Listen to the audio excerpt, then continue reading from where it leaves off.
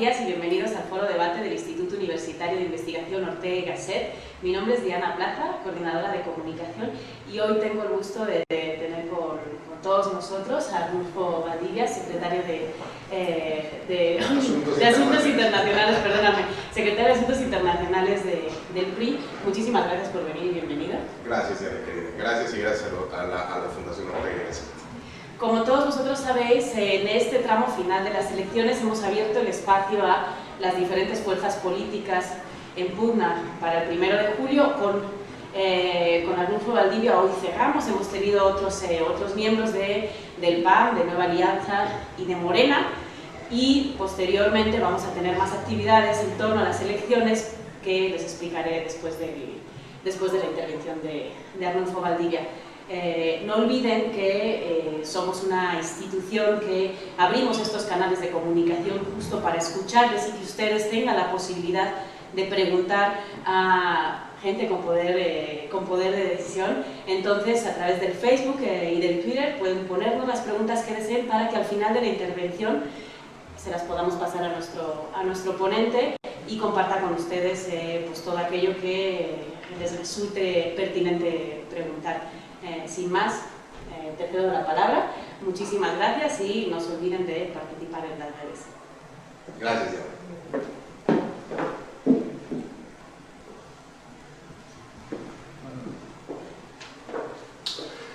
Bueno, pues muy buenos días a todos. La verdad es que para mí es un verdadero privilegio estar aquí en el Instituto Universitario Ortega y Gasset de la Ciudad de México. Bueno, como al principio me lo pidieron, lo vuelvo a repetir, aquí en Chapultepec, en Avenida Chapultepec 480, un instituto al que además pues, me une una larguísima relación académica, una larguísima relación personal, no solo con su sede en España, sino además con su sede aquí en México y con su actual director, mi muy querido, también amigo de la academia, de hace tantos años, Francisco Parra, a quien le agradezco la posibilidad de estar aquí. Y por supuesto a todo su equipo profesional, todo este equipo maravilloso que hace de esta institución lo que siempre ha sido, un gran espacio de reflexión, un gran espacio de ideas y un gran espacio en el que sin duda alguna se contrastan posturas como lo estamos haciendo hoy. Para mí es un gran honor también representar a un candidato a una coalición de gobierno en esta época electoral, ya a escasas pues, semana y media de las elecciones. Estar en este espacio es particularmente satisfactorio para mí. Yo vengo representando a un candidato, a una coalición que fundamentalmente ha buscado unir a México. Una coalición, un candidato que representa sin duda alguna la sensatez, representa la experiencia probada, por supuesto, representa la honestidad personal a todas luces y blindada contra todas cosas, contra todo ataque, porque en los 27 o más de 27 años que José Antonio me lleva en el servicio público, nunca ha sido señalado por algún escándalo de corrupción. Y bueno, hoy recientemente los ataques que se han querido hacer se han encontrado todos con la barrera de la sensatez, de la honestidad y de la limpieza en la trayectoria. Represento por supuesto a un candidato de propuestas, represento a una coalición sólida que ha venido construyendo a través de los años una plataforma de propuestas tanto en lo económico como en lo social, que son indudablemente la mejor opción que hoy creo tenemos los mexicanos para poder continuar y poder ver un México hacia adelante en vez de ver un México hacia atrás. Esta elección, sin duda alguna, es la elección más importante de la historia de México. Es la más importante por una sencilla razón, o por una primera y lógica razón, que es la que nos toca a esta generación. Pero después de eso, es una elección que es fundamental en el modelo de país que queremos. No solo es la elección más grande de la historia, alrededor de 3.550 puestos de elección popular en juego, sino es una elección que va a marcar el futuro del país. Es una elección en la que tenemos la decisión de poder llevar este país hacia su siguiente nivel de desarrollo, llevar a México hacia un nivel de desarrollo que nos permita ingresar a las grandes ligas de las potencias globales en prácticamente todos los temas. O la otra opción es permitir que este país retroceda, que este país vea hacia atrás, hacia modelos y hacia soluciones o supuestas soluciones que ya se han probado y que no han funcionado ni en México ni en otras partes del mundo. José Antonio Meade y nuestros candidatos, los candidatos de nuestra coalición, nuestros gobernadores, nuestros senadores, lo que proponen es una base de política pública que ciertamente consolide lo que este país ha logrado y por el otro lado resuelva aquellos retos que todavía tenemos pendientes. Retos de los que sin duda hablaré y hablaré de frente, porque no tenemos absolutamente, sobre todo en un espacio de reflexión, no existe nada que esconder. Y decía yo al principio que nuestra coalición y nuestro candidato lo que ha buscado es unir a México. A diferencia de los otros dos candidatos principales, que en realidad han construido, por un lado López, no solo una campaña, sino una vida, una historia de división y de encono para lograr, diría yo, imponer la idea de que este país está dividido en ricos y en pobres. No se ha cansado este señor de insultar a quienes todos los días, empresarios, clases medias, salimos a trabajar y a ganarnos con nuestro esfuerzo, nuestra vida,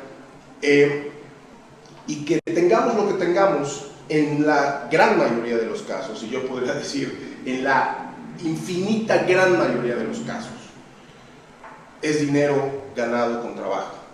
Y por el otro lado no se cansa de tildar a la gente que está en situaciones, digamos, personales más complicadas, de pobres. Eso me parece a mí, y me parece que es sin duda alguna un insulto a esta gente que también todos los días sale a trabajar y que está construyendo su patrimonio, que está construyendo su vida, y que lo que hay que hacer es darle oportunidades, y que lo que hay que hacer es facilitar su crecimiento, y lo que hay que hacer es facilitar el crecimiento de su familia y de sus hijos y generar condiciones sociales y condiciones económicas que les permitan seguir progresando, lejos de victimizarlos y tildarlos, repito, de manera despectiva como pobres.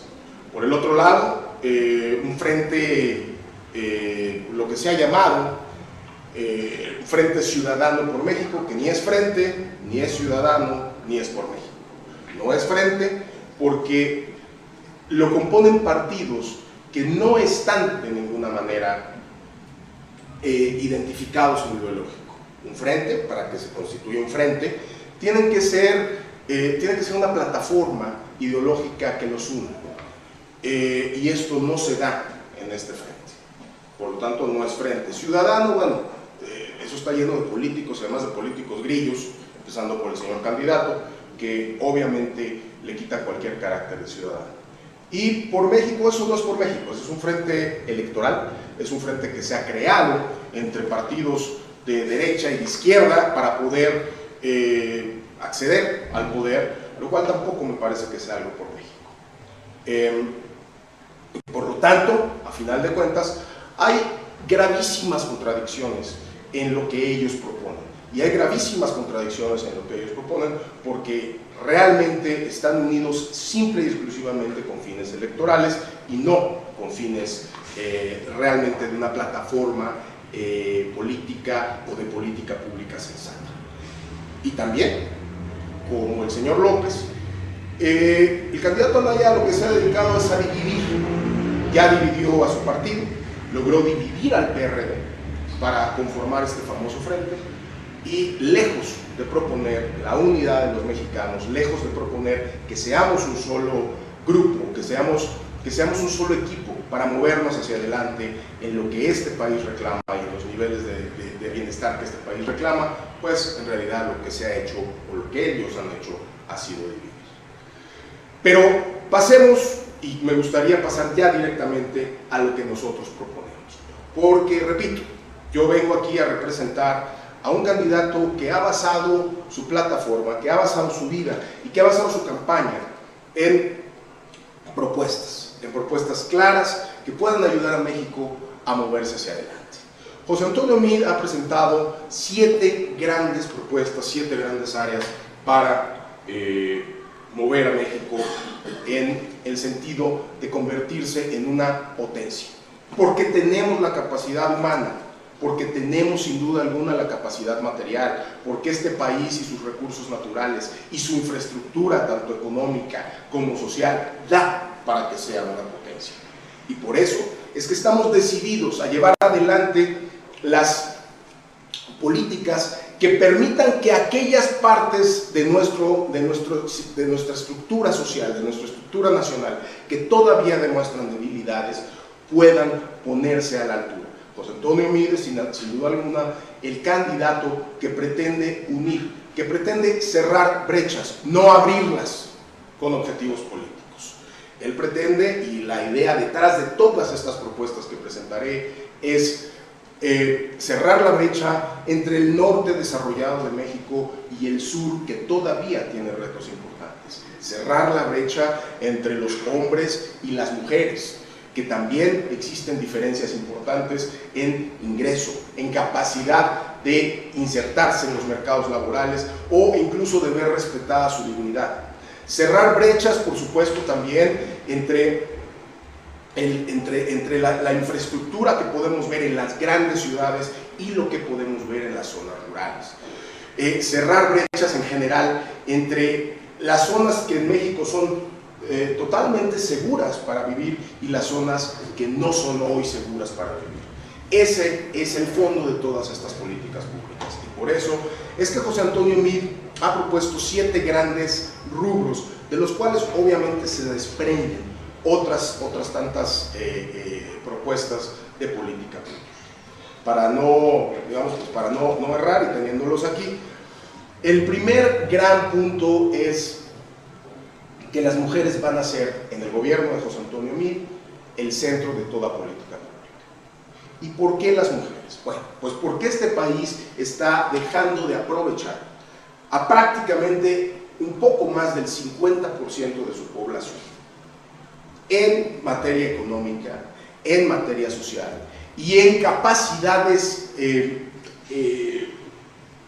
diría yo, en prácticamente todos los ámbitos de la vida nacional, por, y hay que decirlo abiertamente, discriminación abierta u oculta en contra de las mujeres.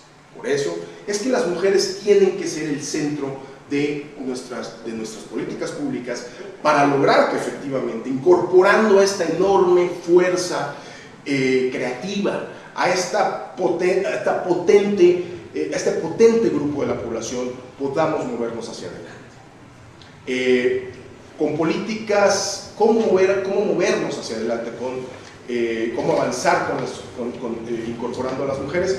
Bueno, pues por ejemplo, permitiéndoles y dándoles las condiciones para que incluso si tienen hijos puedan trabajar, con guarderías de tiempo completo, con una política de igualar los salarios o de hacer por ley que los salarios sean iguales, con acceso, por ejemplo, a servicios sociales a las mujeres, por ejemplo, que trabajan en el hogar y que no tienen los servicios, que no tienen acceso a servicios sociales de salud, créditos a la palabra, por ejemplo, porque muchas mujeres que están incluso en su casa están interesadas en emprender un negocio, en poder lanzar hacia adelante su creatividad y poder llevar adelante sus sueños y sus proyectos, y hoy no existen necesariamente esas posibilidades porque son mujeres que quizá no han estado insertas en el mercado laboral o en el mercado financiero y por lo tanto no tienen acceso a crédito. El segundo gran programa, Avanzar Contigo. No hay nadie que sepa mejor lo que tú y yo necesitamos que tú y yo. México es un país hiperdiverso. México es un país que tiene población de todos los tipos, que está bajo todas las circunstancias. Quizá haya un joven que lo que quiera es emprender un negocio, pues a ese joven lo que hay que darle es esa posibilidad de emprender su negocio. Quizá hay una mujer cuyo sueño sea terminar su carrera, bueno, quizá a esa mujer hay que darle una beca. Quizá haya una persona de la tercera edad que lo que necesite sea atención personalizada para alguna enfermedad o alguna situación que tenga. A esa persona lo que hay que darle es servicios de atención médica o de servicios de atención fisioterapéutica. Y así podríamos contar la historia personal de más de 120 millones de personas que en este país tienen necesidades particulares. Por eso, Avanzar Contigo es un programa que lo que buscará será hacer un censo de las necesidades de todos y cada uno de los ciudadanos de este país, para que cada quien elija de un menú de todos los programas sociales que ofrece el gobierno de México, cuáles son adecuados para ella o para él. Así, pasamos realmente a una política social de tercera, de quinta generación en muchos sentidos, en donde la atención social se individualiza, la atención social se personaliza, y lejos de lanzar escopetazos de dinero o de programas, lo que tenemos es una atención dirigida a cada una de las personas. ¿Para qué? Pues para que tenga los efectos focalizados que se está esperando en cada quien. José Antonio Meade propone también educación de calidad para tus hijos, para nuestros hijos. Pasar, por ejemplo, de 25,000 a 100,000 escuelas de tiempo completo. Mejorar, y cuando hablo de escuelas de tiempo completo, hablo de la posibilidad de que los padres puedan trabajar todo el día, incluida la madre, sin la preocupación de si sus hijos van a comer o dónde van a estar o si van a estar bien cuidados. Salarios adecuados, justos, correctos para los maestros que lo merezcan, para que quienes a través del mérito y a través de una capacitación adecuada puedan ir incrementando sus capacidades docentes y por lo tanto en justa retribución ganar más. Por eso se ha propuesto también la creación del Instituto Prodocente, un instituto en donde permanentemente se capacitarían los profesores y los maestros para ir adquiriendo capacidades que hoy no tengan, que no solo les sirva para mejorar su desempeño dentro del salón de clases, sino incluso su desempeño personal, profesional, fuera del salón de clases, permitiéndoles incluso a muchos de ellos acceder a otro tipo de ingresos paralelos mientras son maestros. El cuarto pilar de estos 7 pilares: educación, o sea, beca, crédito o empleo para todos los jóvenes de México. Aquí no estamos pensando en regalar nada.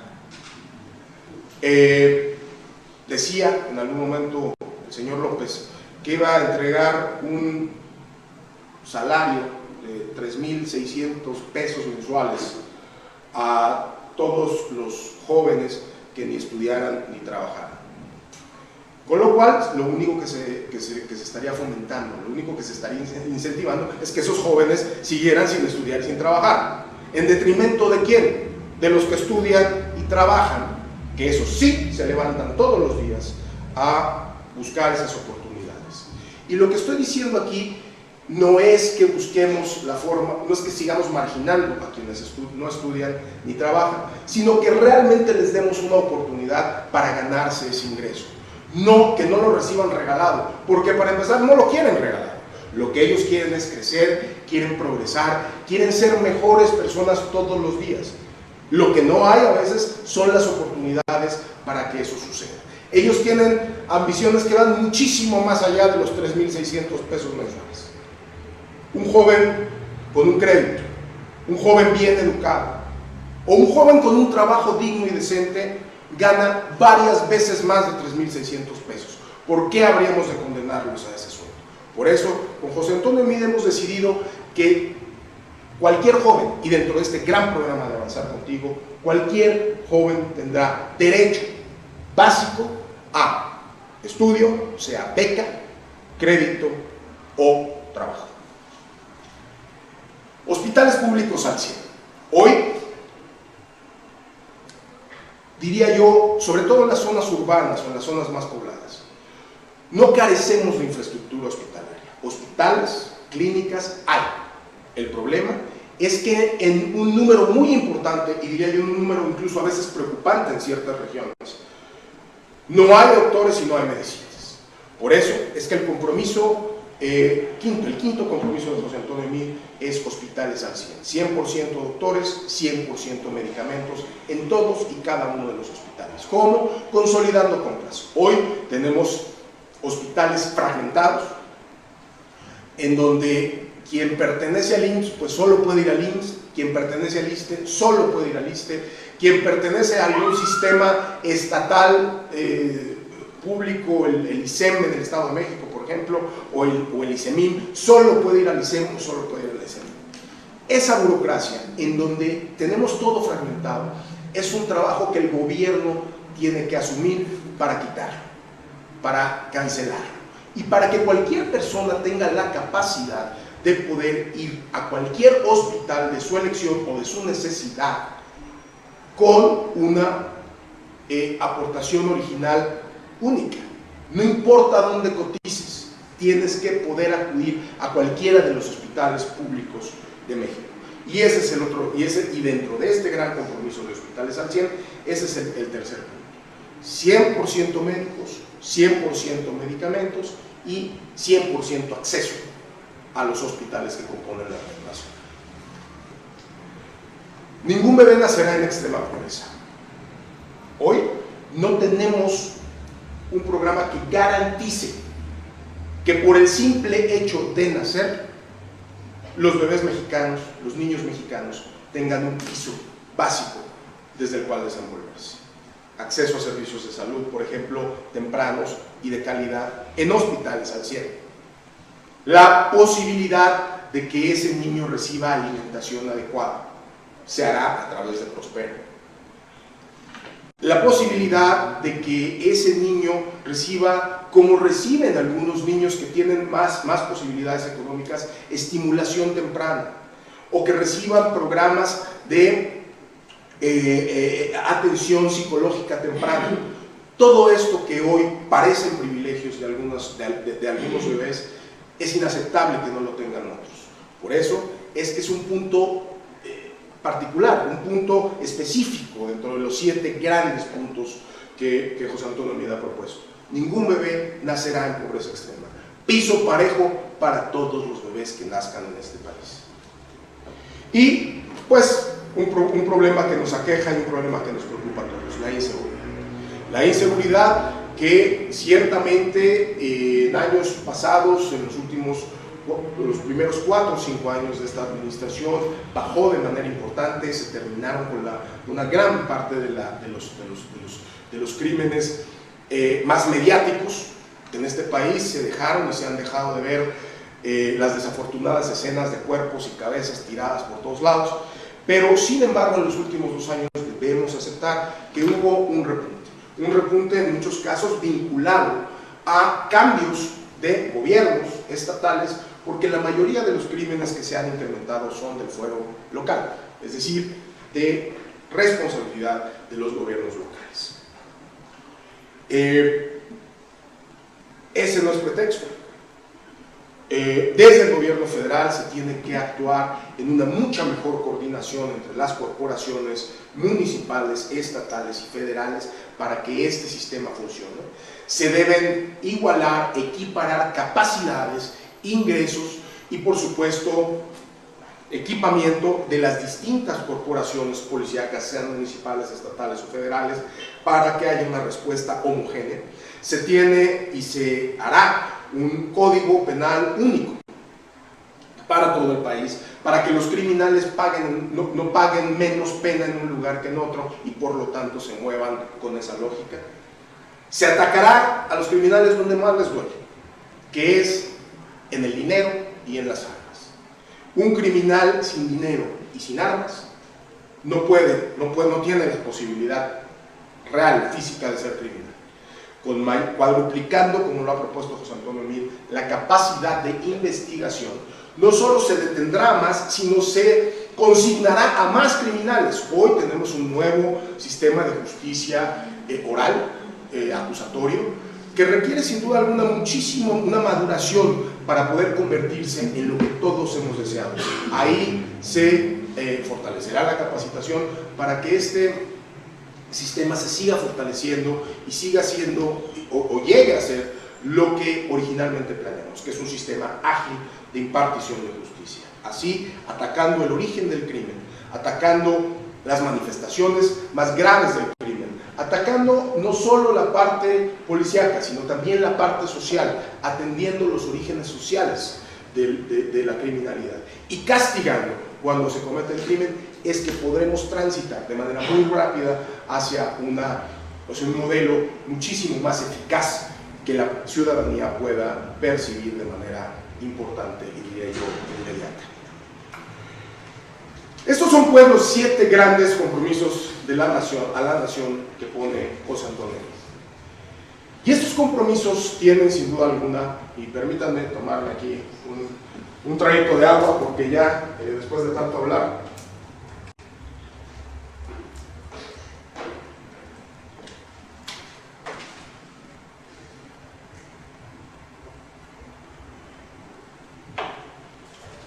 listo.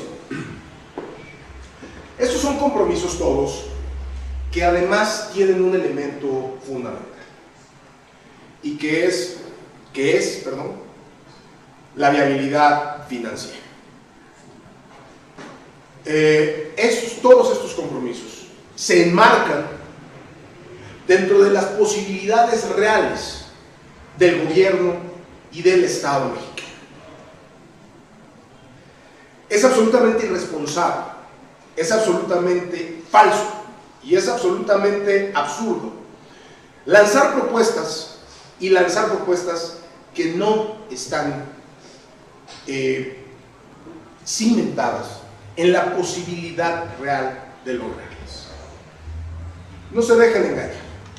Es cierto que siempre es atractivo que, si ustedes son un grupo de jóvenes, se prometan millones de becas para los jóvenes, sueldos para ustedes sin hacer nada,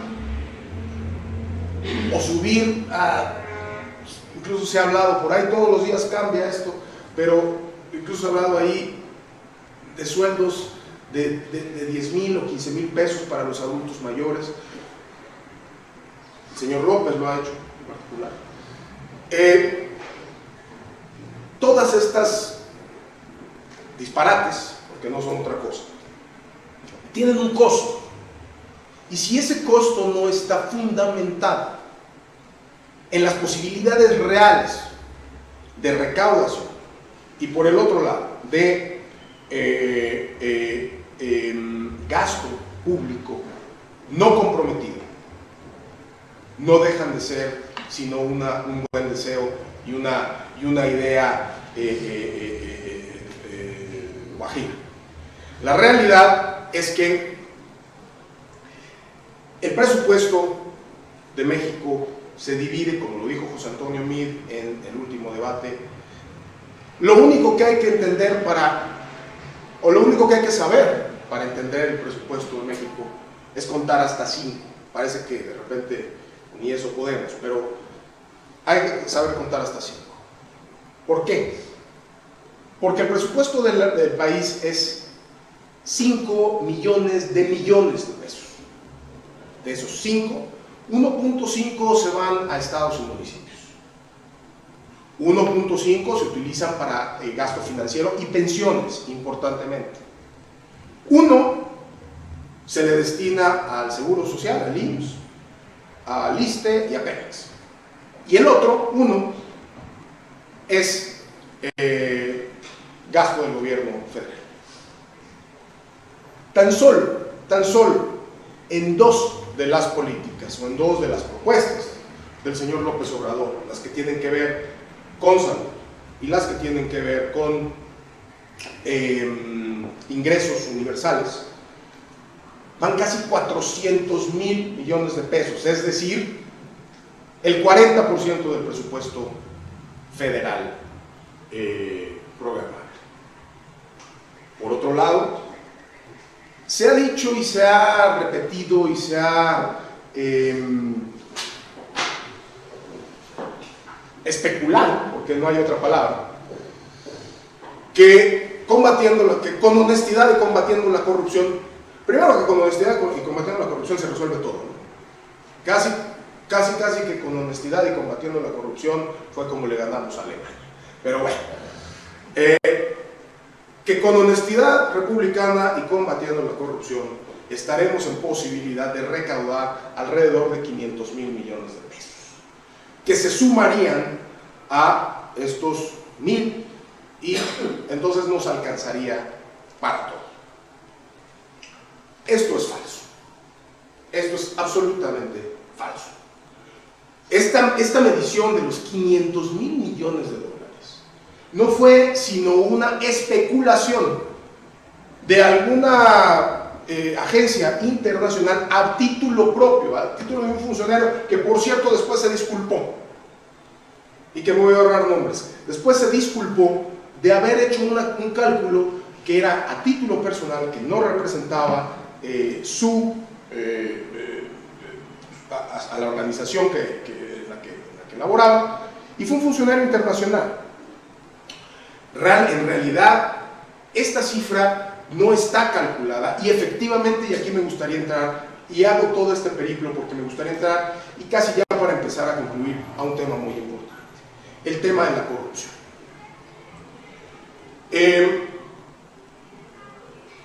A nadie escapa, y para nadie es ajeno, que efectivamente en México hay niveles de corrupción que son inaceptables. Yo, como priista, también me siento, y yo soy priista desde los 17 años de edad, hoy tengo 47, hace 30 años que pertenezco a este partido. Y lo que les puedo decir es que, igual que a ustedes, a mí me ofende, me lastima y francamente me enoja cuando veo escándalos de corrupción que no corresponden a mí y que no corresponden a otros 6 millones de priistas que estamos afiliados al partido, porque somos el partido más grande y somos el partido en el que están afiliados 6 millones de personas. Bueno, esas 6 millones de personas, y yo me incluyo entre ellas, no nos hemos robado un peso en nuestra vida. Yo, se los digo abiertamente y lo pueden revisar, yo todavía debo mi tarjeta de crédito de este mes. De hecho, hoy en la mañana, antes de venirme aquí, me llamaron para recordarme que tengo que pagar. Yo, como ustedes, vivo de mi trabajo, y de mi trabajo es que pago mis gastos. José Antonio Meade es otra persona que, como yo, tiene una correspondencia de sus ingresos con su nivel de vida. José Antonio Meade es el único candidato que presentó un 7 de 7. ¿Y qué significa eso? Que no solo presentó una declaración patrimonial preparada por él mismo, que no solo presentó una declaración de conflicto de intereses, no, además, todo eso fue auditado externamente para entender realmente, o mejor dicho, para confirmar realmente que ese fuera, primero, que estuviera bien construido, bien presentado el tema financiero personal, pero segundo, que eso correspondiera al al nivel de vida, de acuerdo con sus activos, con sus propiedades, y con sus viajes, con sus actividades personales y familiares. Y resulta que efectivamente, con auditorías externas, José Antonio Meade es una persona cuya estilo de vida corresponde perfectamente con sus ingresos. Creo que en la mayoría de los casos, quienes hoy estamos ahí y quienes estamos luchando por este ideal, somos gente que estamos en una condición idéntica. Y por lo tanto, no solo se trata de hablar de nuestra historia personal de honestidad, se trata de decir que si bien es cierto que nosotros tenemos una historia personal de identidad, de honestidad, hoy hay huecos legales importantísimos en nuestro país que permiten que la corrupción sea sistémica. Porque los gobernadores, y nunca ha habido más gobernadores en la cárcel o siendo perseguidos que hoy. Y eso es un logro también de la inteligencia financiera que se hizo cuando Pepe fue secretario de Hacienda. Por cierto, abro y cierro el paréntesis. Pero dicho eso, hay gobernadores de todos los partidos, hay síndicos y presidentes municipales y funcionarios de todos los partidos siendo indiciados y siendo acusados de corrupción. Lo cual nos lleva a que no es un partido el que es necesariamente corrupto, sino que existe un sistema, desafortunadamente, que permite actos de corrupción. Por eso, lo que tenemos que hacer es consolidar el Sistema Nacional Anticorrupción, pero además profundizar en las medidas, primero, preventivas, y segundo, correctivas en contra de la corrupción. Hay que quitarle a los corruptos lo que se robaron, las casas, los carros, el efectivo, y hay que invertirlo y reinvertirlo en temas de educación, en temas de ciencia y tecnología, y en beneficio y en mejoramiento social para las regiones donde esas personas, y llamémoslos por sus nombres, esos ladrones se lo robaron. Pero además hay que generar todo un sistema también que nos permita tener alertas tempranas para que cualquier cambio en la situación patrimonial financiera de los corruptos o de sus familias sea identificado a tiempo y a tiempo se les pueda iniciar una investigación antes de que hagan más daño. Estas son propuestas concretas de José Antonio Meade. Y sí, igual que ustedes, Pepe, porque yo lo conozco, fue mi jefe cuando yo estuve de embajador en Colombia y él era canciller. Y conviví con él mucho tiempo porque fui también director del Instituto de los Mexicanos en el Exterior, en el tema de los migrantes, la política pública para nuestros migrantes, nuestras comunidades en el exterior. También fue mi jefe ahí. Y tengo el honor y tengo el gusto de conocerlo. Y sé que él, igual que yo, estamos hartos, igual que ustedes, cansados de la corrupción. Y que hoy es el momento de hacer esos cambios permanentes para que México no vuelva a ser un país en donde este tema sea el tema central. Miren, hace 20 años o 30 años, cuando yo era joven, el tema central que todos discutíamos era la deuda externa y era la inflación. Se pensaba que México era un país condenado y destinado a vivir endeudado con el exterior y a tener inflaciones de 80, 90, 120%. Y la razón por la cual eso se pensaba era porque este país no contaba con las instituciones adecuadas para poder mantener una disciplina macroeconómica y por lo tanto una estabilidad. Hoy, los jóvenes que estudian economía seguramente no saben ni siquiera qué significa deuda externa por sí mismo. Hay que pensarlo 2 minutos antes de dilucidar. La inflación ha sido la más baja este año 2017 que pasó, la más baja de los últimos 7 sexenios, de los últimos 40 años. O sea, hoy la inflación, la estabilidad macroeconómica y la deuda externa no son temas, porque hemos sido un país capaz de superar esos retos y construir las instituciones que necesitábamos para lograr. Hoy el reto es construir las instituciones que necesitamos para que la corrupción no sea más el cáncer que se siga comiendo a este país. México es un país grande que ha sabido construir instituciones. Y sí, hay que aceptar las culpas y los retos cuando se presentan, pero también hay que aceptar las capacidades para poder construir y para poder proyectar hacia adelante. Y si hay un partido, y si hay un candidato preparado, con experiencia, con capacidad, y sobre todo, diría yo, con corazón y voluntad, de cambiar la situación y las situaciones que tanto nos han dañado, es sin duda José Antonio Meade y es sin duda esta coalición que represento. Y que no es una coalición política solamente, es una coalición de seres humanos como yo, que estamos convencidos de que aquí hay mucho que cambiar, pero que también hay mucho que defender. Porque el riesgo no es si construimos o no construimos en el corto plazo instituciones contra la corrupción.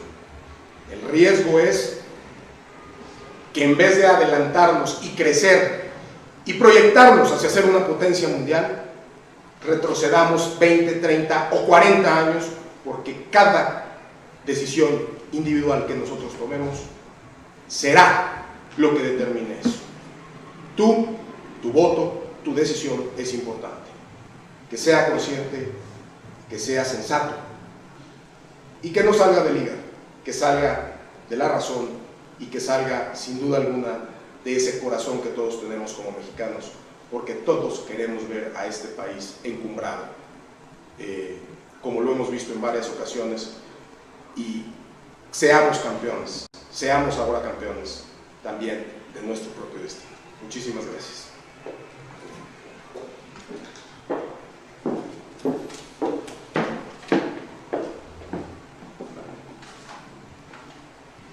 Muchísimas gracias, Arnulfo, por tu intervención y muchísimas gracias a todos vosotros por las preguntas. Ya te advierto que son varias. Venga. Yo creo que siempre lo más difícil es los candidatos que están en el partido de gobierno, ¿no? Siempre tiene más dificultad Siempre, claro. en la campaña Y es justo, además. electoral. Y es justo además porque nos ha tocado gobernar. Pues tenemos obviamente la obligación de responder. Bueno, ¿las fáciles o las difíciles primero? Como dicen los doctores, ¿quieres la buena o quieres la mala? La que tú quieras. Bueno, entonces vamos a ir como de menos a más, porque hay algunas que considero un poco más estructurales. Bueno, pues lo que eres secretario de Relaciones Internacionales, yo creo que las fáciles son las que tienen que ver con ese En principio tendrían que ser, ¿no? Claro, es trampa, porque la situación actual es un poco compleja, ¿no? Entonces, en ese sentido también van las electorales y la actualidad. Voy a empezar con una muy concreta, te la leo literal. Por favor. ¿Cómo se plantea desde su propuesta de gobierno el caso del muro fronterizo más allá de las palabras?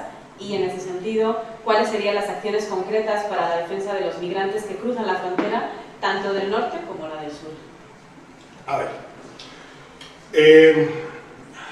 teniendo tantos años en este tema, a veces es más difícil sintetizar que responder de manera concreta. Pero a ver, les cuento.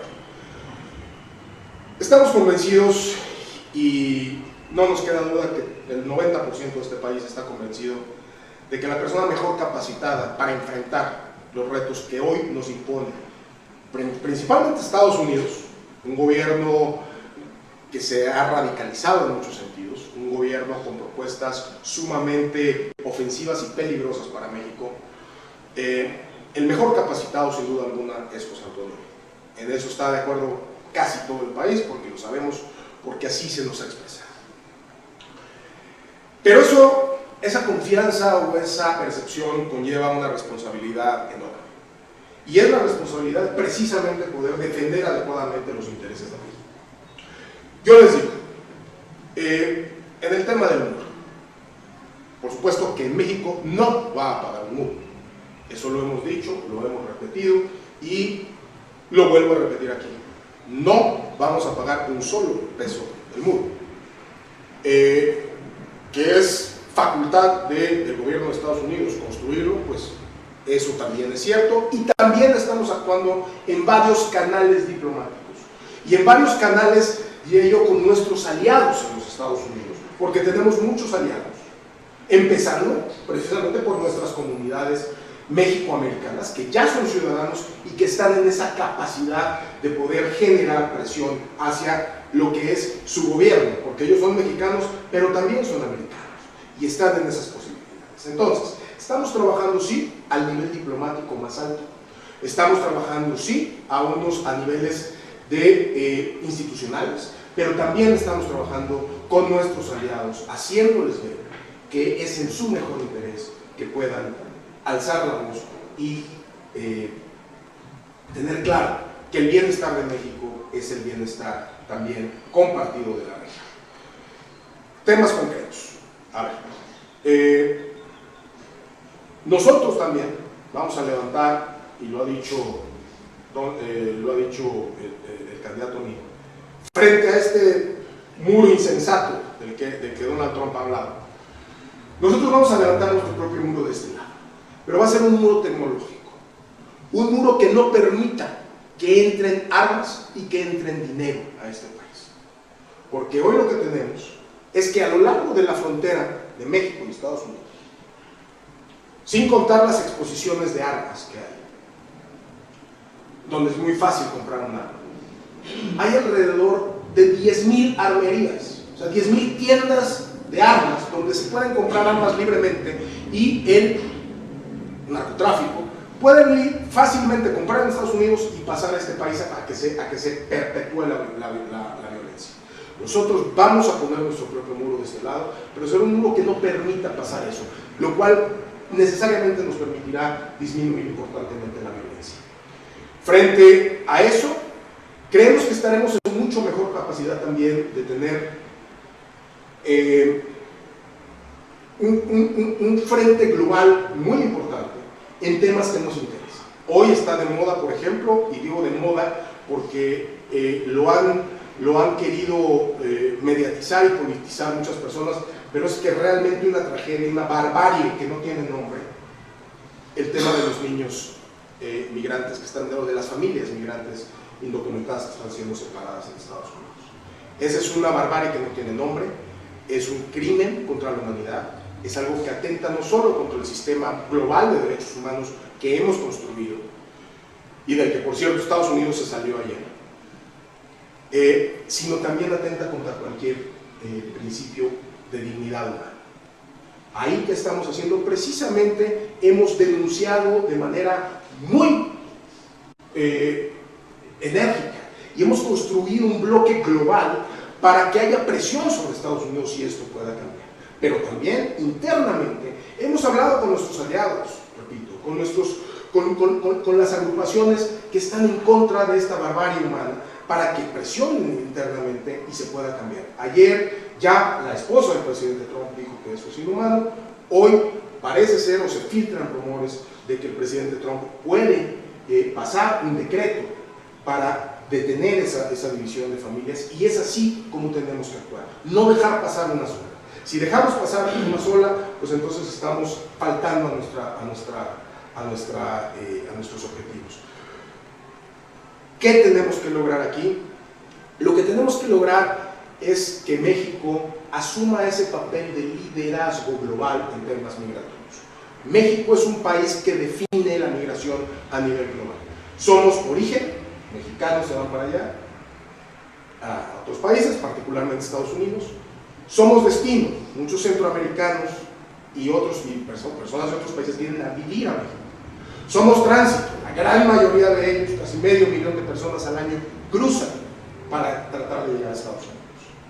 Somos país de retorno, donde muchos mexicanos están regresando a México, algunos deportados, forzados, repatriados de manera forzada, o sea, deportados, y otros de manera voluntaria. Entonces es un fenómeno que también tenemos que reconocer. Y somos un país de migración interna y un país que recibe refugiados. Entonces México tiene que ser un país que defina la migración global, porque a México lo define la migración global. Y frente a esa realidad, lo que estaremos en posibilidad moral y estaremos en posibilidad jurídica internacional de enfrentar mejor a Estados Unidos en estos temas en particular. Con esto termino, con Frontera Sur. México lo que tiene que hacer es moverse hacia un espacio de convivencia en la prosperidad. Efectivamente, hay necesidad de tener seguridad en la frontera sur, no porque estemos queriendo violar los derechos humanos de los migrantes centroamericanos, sino porque los derechos de los migrantes centroamericanos están siendo violados por el crimen organizado, por bandas como la Mara Salvatrucha e incluso por ciudadanos del día a día. Pero además tenemos que equilibrar, por el otro lado, los derechos básicos de calidad de vida de los mexicanos que viven en esas regiones por donde pasan los migrantes, que ven su calidad de vida mermada, disminuida, con ese flujo tan grande de migrantes. Es decir, ahí, en vez de convertirnos en una zona de conflicto, convertirnos en una zona de choque, hay que generar condiciones económicas, como las zonas económicas especiales que estamos proponiendo para el sur, o la facilitación de que, como por ejemplo se hace en Chiapas, muchos guatemaltecos, hondureños y salvadoreños trabajan en las plantaciones de café, porque los mexicanos, no porque les vayamos a quitar trabajo a los mexicanos, sino porque los mexicanos ya están realizando otro tipo de labores manufactureras o se han movido de su región. Y hoy lo que los cafetaleros chiapanecos, por ejemplo, en la época de recoger el café, de pizca, como dicen del café, enfrentan es falta de mano de obra. Y lo que podríamos y tendríamos que hacer es generar permisos de trabajo para que estas personas puedan trabajar ahí y se regresen a su país. Generar esta migración circular que desafortunadamente Estados Unidos ha detenido y que es el fondo de todos nuestros males. Si en Estados Unidos hubiera la posibilidad de entrar y salir y trabajar temporalmente como lo había hace 60 o 70 años, muchos de nuestros problemas de indocumentación, de gente que se queda allá, se acabarían, porque ellos podrían regresar a México y volver a ir a Estados Unidos simplemente a trabajar. Todo esto lo que requiere es una acción en varios niveles, una acción de política pública nacional para generar mejores condiciones en espacios donde hay alta migración, avanzar contigo dirigido a familias para migrantes que tienen necesidades especiales, avanzar contigo para migrantes que tienen necesidades especiales, para personas que ya están allá, avanzar contigo para comunidades que tienen proclividad a la migración, para que haya condiciones de trabajo y posibilidades de quedarse ahí. Y por supuesto, una acción diplomática, una acción jurídica internacional y una posición firme frente a cualquier amenaza a nuestra dignidad y a nuestra soberanía, que es lo que, sin duda alguna, estamos ofreciendo. Y yéndome al inicio de tu intervención, que mencionabas creo que un dato importante, que es el de las armerías en la frontera, y nosotros en México teniendo el problema de violencia y corrupción y particularmente de violencia del narcotráfico producida, la parte de legalizar las drogas estaría en miras o no, algunas sustancias. A ver. El uso medicinal del cannabis en particular es un tema que se ha venido discutiendo y es un tema que sin duda alguna tendrá que habrá un debate alrededor de esto, que lo ha habido. Y nosotros como partido nunca nos hemos opuesto al uso medicinal de la marihuana, del cannabis, porque no es marihuana, el cannabis, la hoja es, pero lo que se extrae es aceite de cannabis. Esta es una batalla que se ha dado, por ejemplo en Colombia eso está plenamente aprobado, ellos ya tienen una industria legal de producción de aceite de cannabis medicinal, que ha probado sus beneficios. Aquí, en México, ya hay jurisprudencia que permite el consumo personal del aceite de cannabis para temas médicos. En Estados Unidos, no solo está aprobado a nivel estatal, en varios estados, el uso medicinal, sino en algunos estados incluso ya está aprobado el uso recreativo. Yo no iría tan lejos de decir que estamos a favor del uso recreativo, porque eso es algo que todavía ni siquiera se ha discutido hacia dentro del partido, pero lo que yo sí te podría decir es que nunca nos hemos opuesto al uso medicinal del cannabis y creemos que tiene, para las personas que lo han usado, porque estos son testimonios personales que yo mismo he escuchado, porque al ser yo embajador en Colombia y conocer el tema, yo conocí a varias personas y conozco un par de personas aquí en México que refieren una mejoría significativa en medicamentos preparados científicamente con cannabis. Esto no es drogadicción, esto es el uso medicinal controlado de una sustancia que ciertamente ayuda a reducir a elevar infinitamente la calidad de vida, porque lo que logra es reducir el dolor. Y eso, pues creo que incluso siendo ético y personalmente ético, es algo que tendríamos que seguir apoyando, el uso medicinal. Y repito, mi partido nunca se ha opuesto a ello. Muchas gracias.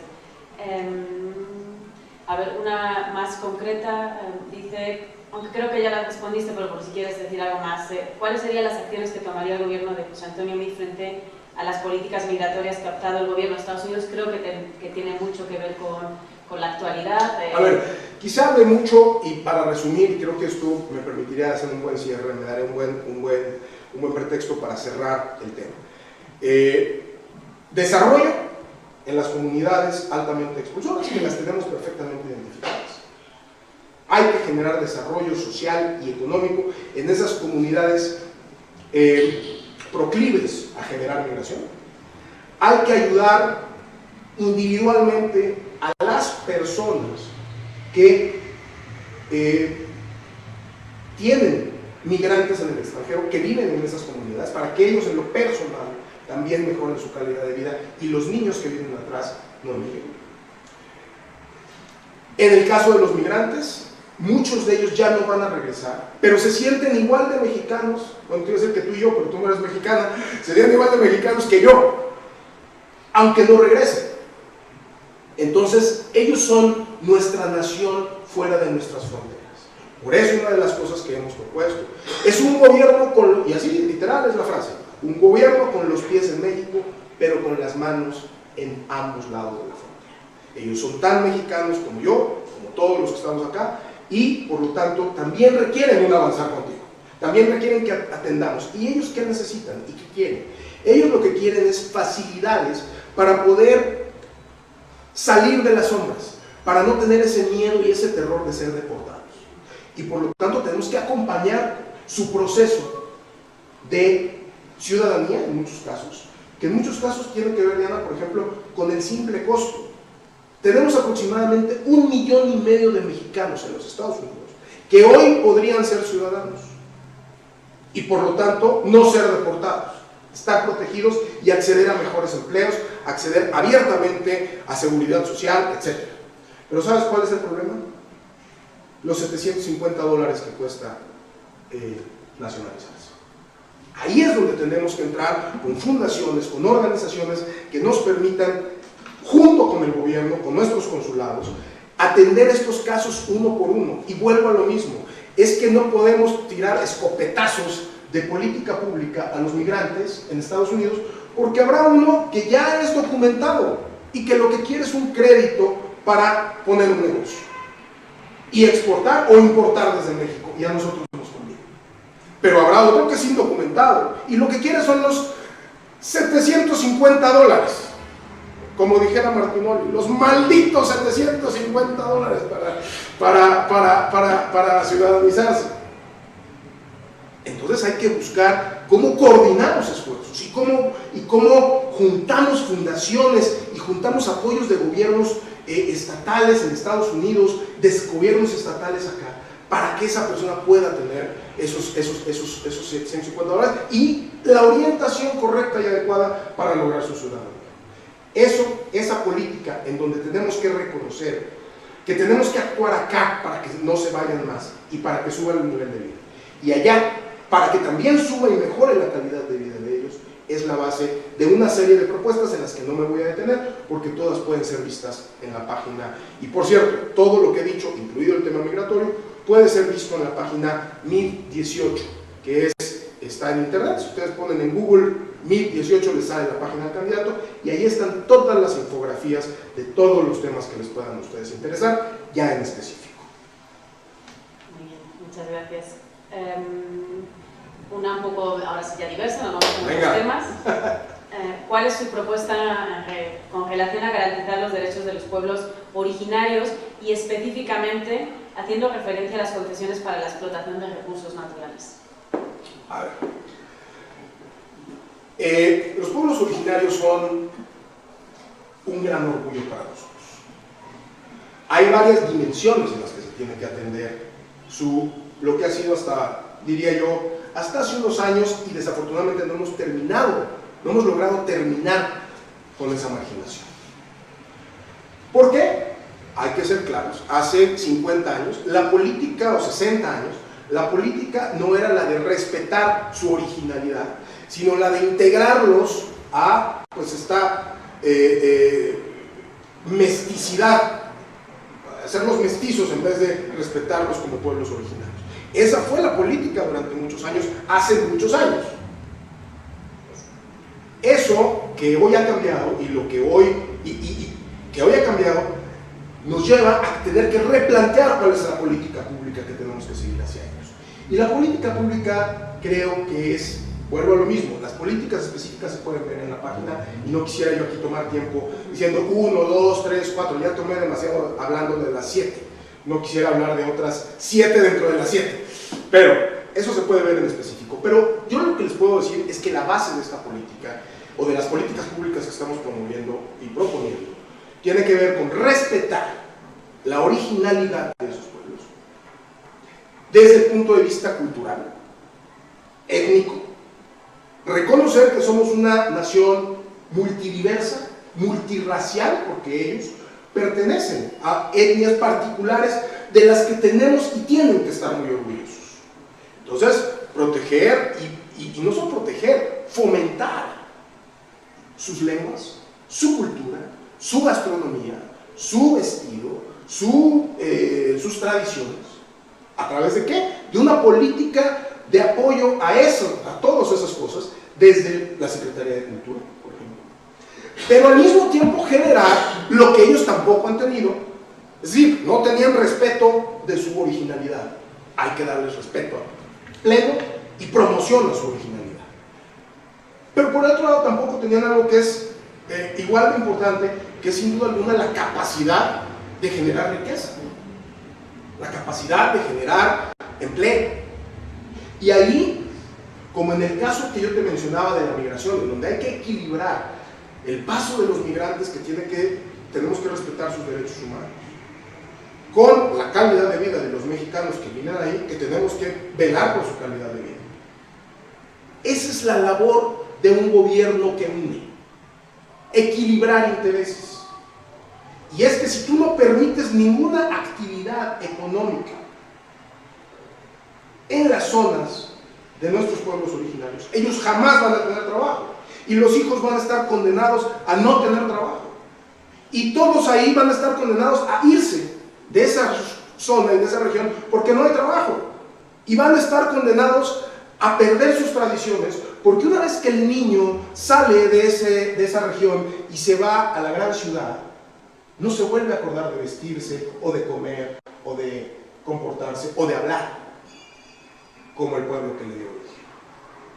Entonces, lejos de dividir, lejos de convertirnos en un gobierno que divida para ganar en lo político, lo que nosotros queremos es reconocer y dejar muy claro que el papel de un gobierno sensato es el de equilibrar intereses. Y sí, yo creo que en aquellos lugares donde hoy no hay nada para producir, tenemos que buscar que, sí, quizá una industria extractiva se establezca, pero que les dé condiciones laborales adecuadas, que cuide el medio ambiente, que tenga programas sociales para que ahí haya escuelas y para que ahí haya fomento a la cultura, y que se pueda convivir con regulación adecuada, no excesiva, en que estos intereses que parecen originalmente opuestos puedan encontrar puntos de unión y se genere desarrollo. Si no hacemos eso, lo que estamos haciendo es tomando partido por intereses y generando y profundizando la marginación. Y ya nos vamos con las dos últimas, creo que las más, tal vez las más difíciles. Venga de ahí. Bien. O sea, fuiste de la buena noticia a la mala. Te lo puse fácil por mi expertise en la materia y ahora es bien. Vamos a ver. considerando que AMLO, Andrés Manuel López Obrador, va arriba en las encuestas, ¿por qué votar por Mid y no por Anaya? Y aquí, para que vean que respondemos a todo, decían que por qué no respondía yo a esa pregunta, pues yo no puedo intervenir en asuntos políticos por norma constitucional, así que te cedo la palabra. A ver, la pregunta creo que más que algo difícil, y te agradezco la consideración de Linda, es algo que me da una oportunidad maravillosa de hablar de ciertas percepciones falsas que hay hoy en este país. A ver. Yo debo recordarles que el día de la elección, de Estados Unidos hace 2 años, entre Hillary Clinton y Donald Trump, el New York Times, basado en un número que dio una empresa que se dedica a esto de las probabilidades, una empresa estadística de Estados Unidos, dijo y declaró que Hillary Clinton tenía el 93% de probabilidades de ganar la presidencia. 93%. A las 10 de la noche creo que nos dimos cuenta que eso, pues, no, que esa probabilidad tan alta no había funcionado.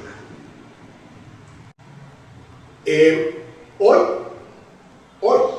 esa misma empresa, la misma, le da a Andrés Manuel López Obrador el 64-65% de probabilidades de ganar.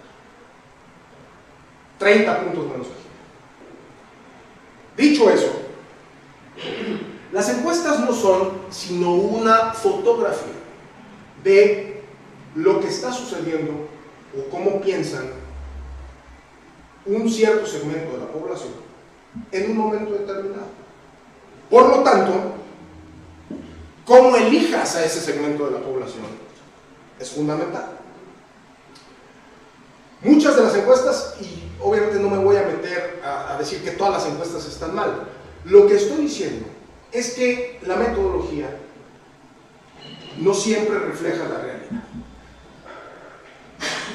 En muchos casos se obliga, la metodología se autoobliga, o la metodología autoobliga a la empresa que realiza la encuesta a meter 5 municipios rurales, por decirte un ejemplo. Cuando uno va a la metodología, te das cuenta que los 5 municipios rurales son Milpalta, Xochimilco, Iztapalapa y Tlalpan. Y uno, por acá en el Estado de México, ¿no? Tinilpa, ¿no? Una cosa aquí, para no irse muy lejos.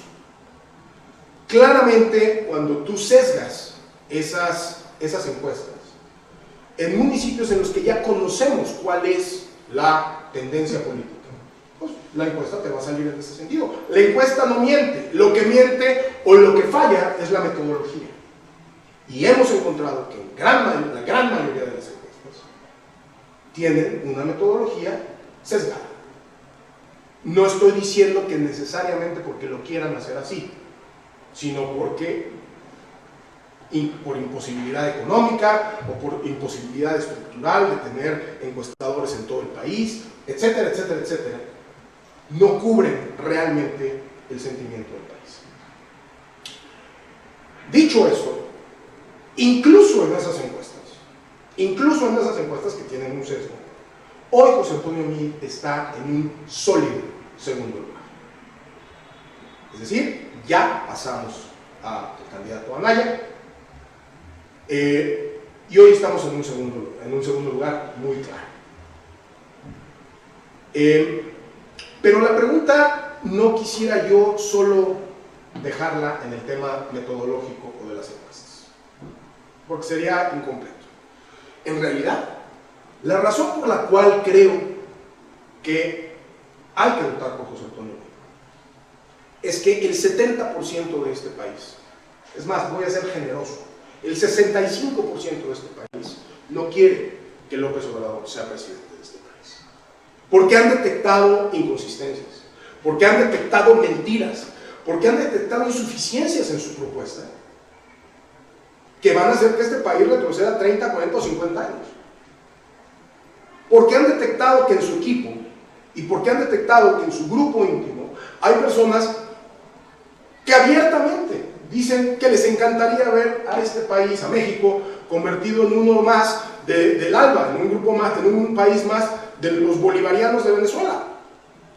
Lo han dicho abiertamente, no lo estoy inventando. Y ahí vemos cómo está Venezuela. Y yo, que fui embajador en Colombia, tuve muy cerca el tema, donde ves grupos de 40 y 50 venezolanos, sin nada que comer, caminando por las calles de Bogotá, viendo que venden, porque en su país no hay comida. Han detectado que las supuestas propuestas son propuestas que no tienen ni pies ni cabeza. Porque, por ejemplo, querer construir 3 refinerías, cuando lo que hay en el mundo es sobreoferta de refinerías. Y, sin duda alguna, podríamos, aunque él dice que la gasolina producida aquí sería más barata, no es cierto, porque una refinería ineficiente produce gasolina más cara que una eficiente en otro lado. Pero además, hay un tema. Construir y poner en operación una refinería toma al menos 10 años. En 10 años, los automóviles eléctricos van a costar exactamente lo mismo que un automóvil de gasolina. Y el movimiento en el mundo no es el de construir refinerías, es el de cerrar refinerías. Hace 5 años o 7 años había 30.000 refinerías en el mundo. Hoy hay 15.000. Si construir refinerías fuera negocio, no habría 15.000, habría 50.000. No es negocio, son propuestas absolutamente inviables. Y la gente se ha dado cuenta que lo que este señor hace es hablarle lo que quiere escuchar cada público, a manera de que cada público se lleve una idea de lo que sería su gobierno. Pero que cuando está frente a las cámaras, frente a 120 millones de mexicanos, la única solución es con honestidad y combatiendo la corrupción, porque no puede dar ninguna otra explicación. En el caso de Ricardo Anaya, Ricardo representa a un frente constituido por partidos absolutamente opuestos en muchas de sus visiones, y que por lo mismo no se pueden poner de acuerdo en muchos de los temas que ocupan a este país. Una de las propuestas, por ejemplo, la del salario universal, el ingreso universal, darle 2.500 o 6.500 pesos a cada ciudadano de este país. Esa es una propuesta impuesta por el PRD. Si esa propuesta él no la decía, el PRD no entraba al frente. Y por eso ha tenido que asumir esas propuestas. Pero esa es una propuesta claramente superada en el mundo. Finlandia, que es el único país en el mundo que la ha querido implementar, es Finlandia, la acaban de quitar porque no funcionó. Y Suiza, ayer, domingo, votó por no implementarla porque se dieron cuenta que no funciona. Entonces, lo que hemos encontrado en el frente, desafortunadamente, es algunas buenas propuestas, porque tampoco voy a decir que todas son malas, pero otras que están absolutamente contrapuestas a cualquier idea sensata de un gobierno que pueda llevar adelante hacia este país.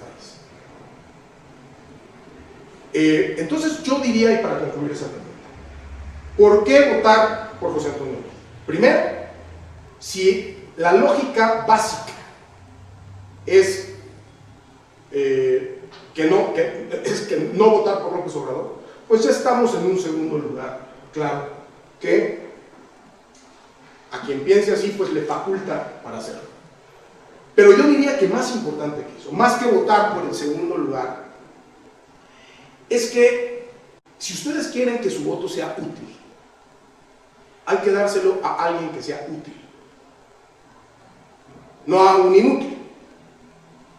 El voto útil en realidad debe ser una posibilidad de fortalecer a quien a ustedes les ha presentado, sin duda alguna, las mejores propuestas, sin duda alguna, el mejor perfil personal, profesional, y la posibilidad de realmente llevar a este país hacia adelante. Hay insuficiencias que se han vivido en los últimos años en este país, no solo en los últimos 6, en los últimos 10 o 15 o 20, sí, por supuesto. Hay retos, por supuesto.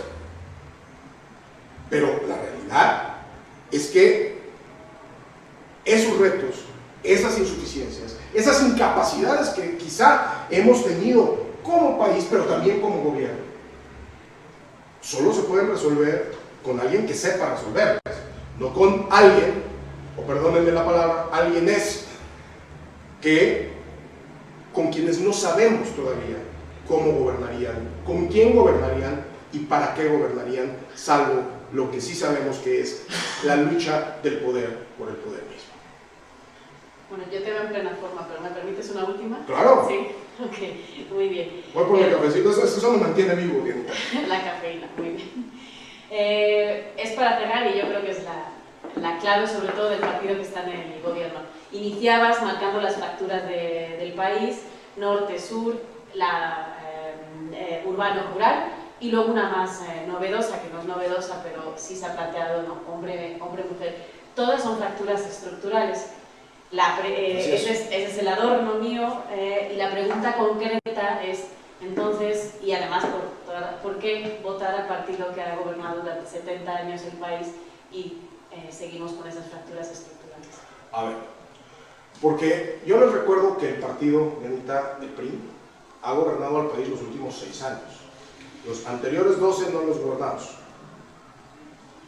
Y los previos, los 70 previos, sí los gobernamos y no lo negamos. México, yo debo recordarles algo. Cuando, y esto lo digo con todo respeto, pero las cifras son las cifras, cuando el PRI empezó a gobernar México hace 80, 90 años, México y Jamaica tenían el mismo ingreso per cápita. México y Jamaica tenían el mismo ingreso per cápita. Generábamos lo mismo de riqueza, México y Jamaica. Hoy creo que, y lo digo con muchísimo respeto, las diferencias son enormes. El PRI, efectivamente, ha sido un país, ha sido un partido que ha gobernado este país y que ha tenido errores, porque no existe ningún partido ni ningún ser humano en el mundo que no cometa errores y que no piense en el mejor, que ciertas cosas son en el mejor interés del país y después desafortunadamente no funcionan, o no han funcionado o no funcionaron. Pero gracias a eso es que hemos aprendido de que la solución a muchos de estos problemas no es regresar precisamente a esas políticas que ya fracasaron, sino buscar nuevas opciones. El PRI es el partido que orgullosamente ha construido la mayor parte de las instituciones de este país. Y tampoco voy a ser mezquino y decir que algunas de las instituciones que construyó el PAN por su paso en los 12 años que estuvo en el gobierno, también fueron instituciones útiles. Muchas de ellas. Muchas no, pero muchas sí. Y ese es el espíritu de la construcción de un país. Ir construyendo instituciones que le vayan dando solidez más allá de las personas y más allá de los partidos. Yo estoy orgulloso, como creo que mucha gente. Te decía, 6 millones, yo creo que es muchos más de 6 millones. Somos 6 millones, somos los militantes. Pero yo creo que hay muchos millones más de mexicanos orgullosos de lo que hemos logrado en este país. De la potencia institucional que somos y de la solidez de país que somos. Hay retos, hay falencias, hay carencias, por supuesto que las hay y no las hemos negado. Hay cosas que corregir, por supuesto que hay cosas que corregir y siempre las va a haber, no importa quién nos gobierne, siempre va a haber insuficiencias, siempre va a haber énfasis, siempre va a haber otras áreas que se descuidarán porque hubo énfasis en otras. Por supuesto que eso siempre va a pasar y esa es la naturaleza de la vida social. Pero el punto es con qué herramientas, el punto es con qué visión y el punto es con qué políticas públicas enfrentas esos retos. Si la decisión es enfrentar esos retos con políticas que ya probaron su incapacidad, que ya hechas por el PRI también, digo, no lo estoy, pero hechas por el PRI hace 60 años. Eso no éramos nosotros, o no éramos los priistas actuales.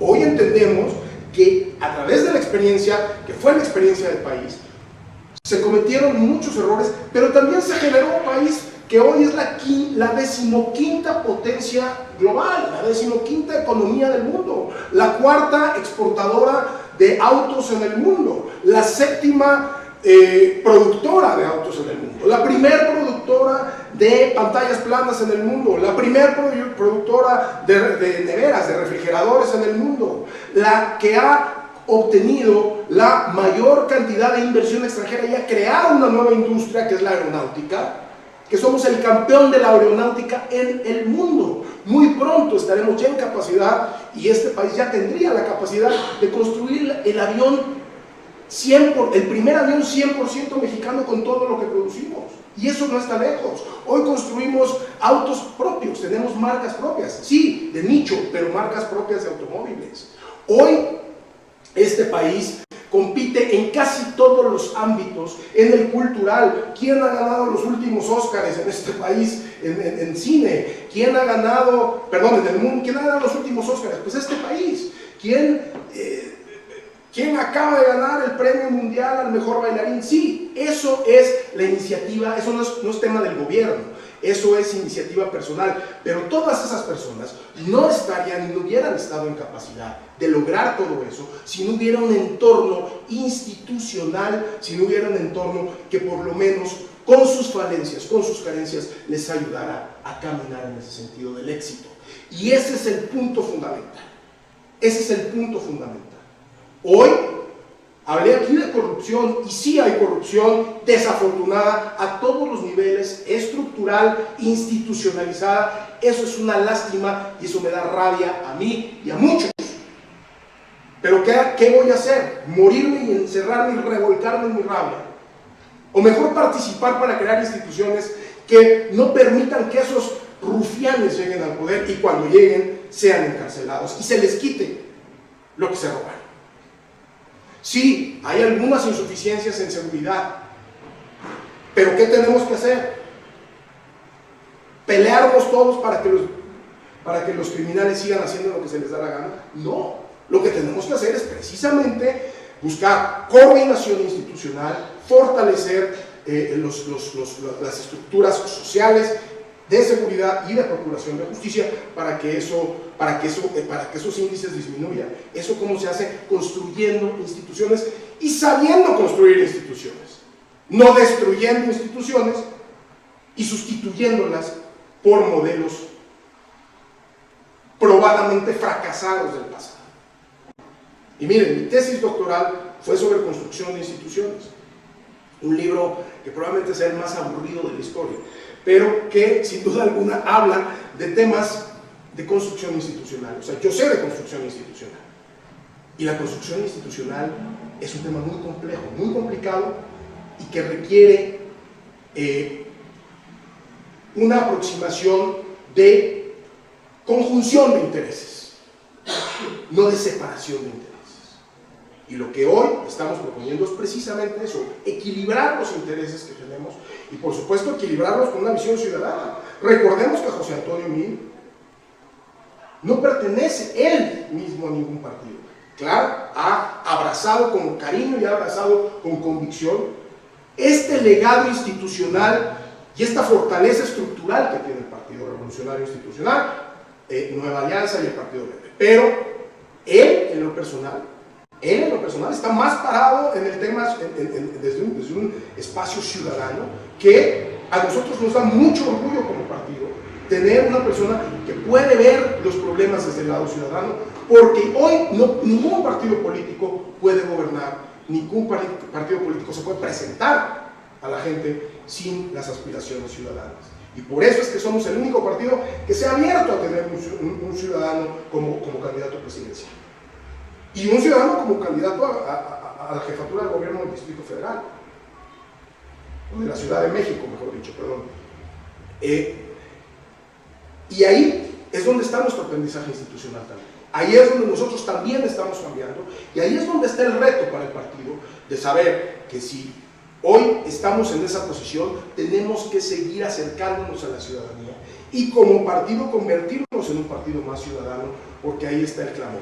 Hay que salir, como hemos hecho, a tomar las calles de con nuestras estructuras, con nuestra gente, a tocar las puertas y a escuchar. Y a partir de escuchar es que sin duda alguna podremos proyectarnos hacia un futuro mejor, porque, repito, puede haber habido muchas carencias, puede haber habido muchas falencias, pero ningún país del mundo está exento de eso. Pero yo estoy profundamente orgulloso de lo que hemos construido en estos 100 años desde la Revolución Mexicana, porque hoy México es un México radicalmente distinto del que era hace 100 años. Muchísimas gracias, Arnulfo. Yo particularmente te agradezco el haber puesto en perspectiva que los problemas actuales son diferentes a los anteriores, es decir, que las cosas se pueden cambiar y no hay que caer ni por una parte en la frustración, en el enojo, y por otra parte en la pasividad. Creo que todos estamos pues ya, digamos, saturados en cierta medida del momento electoral que todavía faltan, pues ya es inminente, pero es muy importante que lo utilicemos para plantear este tipo de cosas y que la ciudadanía, bueno, sienta que las cosas pueden cambiar y obviamente a mejor. Entonces, bueno, muchísimas gracias. Arnulfo Valdivia, secretario de Relaciones Internacionales del PRI, y yo les voy a invitar a nuestros siguientes eventos, como es ya casi un hábito en este mes. Mañana nos van a poder seguir, ahí lo tienen en pantalla, en el Seminario Permanente de Observación Electoral. El tema es muy interesante, es inclusión, derechos políticos electorales y juventud. Entonces se va a estar hablando de los derechos electorales de migrantes, de indígenas y de discapacitados. Eso lo vamos a estar transmitiendo mañana en un horario de 9:30 a 2 y posteriormente de 3 a 6 desde el Ateneo Español. Posteriormente les voy a hacer otra invitación, puesto que este es nuestro último foro debate antes del 1 de julio, al MEREP. Vamos a tener una sesión el próximo martes 26. El MEREP es el método de estimación de resultados electorales preliminares que organiza la Sociedad Mexicana de Estudios Electorales. Ahí pueden ver el cartel con todos los ponentes, por supuesto que están en nuestras redes sociales, y también pueden acceder como público y lo vamos a transmitir vía streaming. Y también, para que vean que nosotros no les vamos a dejar solos después del 1 de julio, les anuncio que vamos a seguir con el seminario permanente en el Seminario de Cultura Mexicana, y las 2 primeras mesas que vamos a tener creo que son muy atractivas, que es la primera, que es el 5 de julio, quién ganó y quién perdió las elecciones, y luego una reflexión en torno a el lugar que van a ocupar los partidos políticos después del 1 de julio, que tendremos el 19. Esto es igual el jueves en un horario por la tarde. También hay un acceso presencial y, por supuesto, como ya saben, vía streaming. La última invitación que los hago, esta es un poquito larga porque es el último que tenemos hasta el 11 de julio, que será el siguiente foro debate, es que consulten en las páginas web de la Fundación la oferta educativa que tenemos. En pantalla están viendo la oferta educativa de España. Entonces, como pueden ver, hay doctorados, hay másteres, hay maestrías en los diferentes temas que trabajamos: política, gobierno, comunicación. Y dicho esto, ya nada más me queda hacerles un anuncio en el que estamos muy orgullosos. Es que próximamente van a poder ver en nuestra página web nuestra oferta educativa de posgrados, que es una doble titulación en diferentes ámbitos. Entonces, bueno, pues ahí les convino a que busquen en nuestra página web próximamente nuestra oferta educativa. Y sin más, recuerden seguirnos en redes sociales. Vamos a seguir con toda la actividad que ya han podido estar viendo. Muchísimas gracias por... Gracias, Denita. Gracias a ustedes, y por aquí seguramente nos seguiremos viendo. Salgan a votar por quien quieran votar, pero voten, que su voz es importante. Y por el otro lado, pues yo espero que voten por nosotros. Las encuestas no son sino aproximaciones e intención de voto. Esa intención hay que convertirla en votos, y les repito, creo que nosotros tenemos la capacidad para para convertir esas intenciones en votos reales, pero lo importante es que desde aquí tenga yo también la capacidad de decirles que ustedes conviertan su intención en votos reales. Muchísimas gracias, como siempre, estoy invariablemente para servirles.